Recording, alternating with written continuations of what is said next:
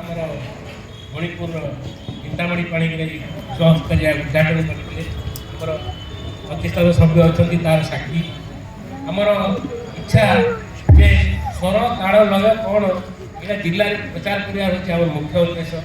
ଉତ୍ତମ ସଙ୍ଗୀତ ଆମେ ପରିବେଶ କରିବାର ବିରୋଧୀ, ତେଣୁ ଯଦି ଏଇଟା ମୁଁ ଭୁଲ କହୁଛି କ୍ଷମା ଦେବେ। ଉତ୍ତମ ସଙ୍ଗୀତ ପରିବେଷଣ କେବେ କରିନୁ, ଆମେ କରିବାକୁ ଇଚ୍ଛା କରିନୁ। ଆଉ ଛୁଆମାନଙ୍କୁ ଆମର କେମିତି ସ୍ୱରଲୟ ତାଳରେ ଠିକ୍ ରହିବେ ଏବଂ ଆମର ଆକାଶବାଣୀ ଦୂରଦର୍ଶନରେ ବହୁତ କଳାକାର ଆମର ଆର୍ଟିଷ୍ଟ ହେଇକି ଅଛନ୍ତି ଏବଂ ବହୁତ ସରକାରୀ ଚାକିରିରେ ମଧ୍ୟ ଅବସ୍ଥାପିତ। ସେହି ପ୍ରଚେଷ୍ଟା ଆପଣମାନଙ୍କର ଆଶୀର୍ବାଦରୁ ଏଇ ଚାଲିଥାଉ।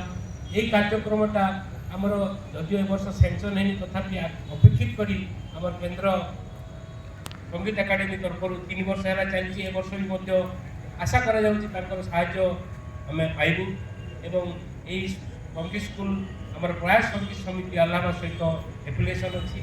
ଆମର ପୁରା ଚେଷ୍ଟା ଚାଲିଛି ଶାସ୍ତ୍ରୀୟ ସଙ୍ଗୀତର କିପରି ଏହି ଅଞ୍ଚଳରେ ବହୁଳ ପ୍ରଚାର ହେଉ, ଏହି ଇଚ୍ଛା ଆମର। ଏତିକି କହି ମୁଁ ଆଜିର କାର୍ଯ୍ୟକ୍ରମ ମୋର ବାଣୀରେ ବିରାମ ଦେଉଛି। ଆପଣଙ୍କୁ ଆଉ ଥରେ ଧନ୍ୟବାଦ ସାର୍।